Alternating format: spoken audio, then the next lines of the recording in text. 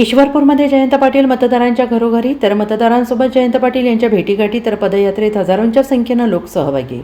सांगलीच्या वरून ईश्वरपूर नगर परिषदेसाठी अत्यंत चुरशीने निवडणूक पार पडते आहे। निवडणुकीच्या निमित्ताने राष्ट्रवादी शरद पवार पक्षाकडून ईश्वरपूर शहरात भव्य रॅली काढण्यात आली आहे।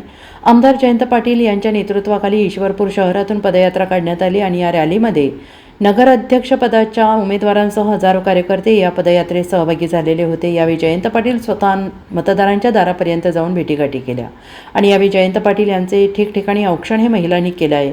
या निवडणुकीच्या निमित्ताने राष्ट्रवादी शरद पवार पक्षाविरोधात महायुती अशी लढत होत असून जयंत पाटलांच्या विरोधात सर्व विरोधक आणि महायुती एकवटली आहे। त्यामुळे जयंत पाटलांच्या प्रतिष्ठेची ही नगर परिषदेची निवडणूक बनली आहे।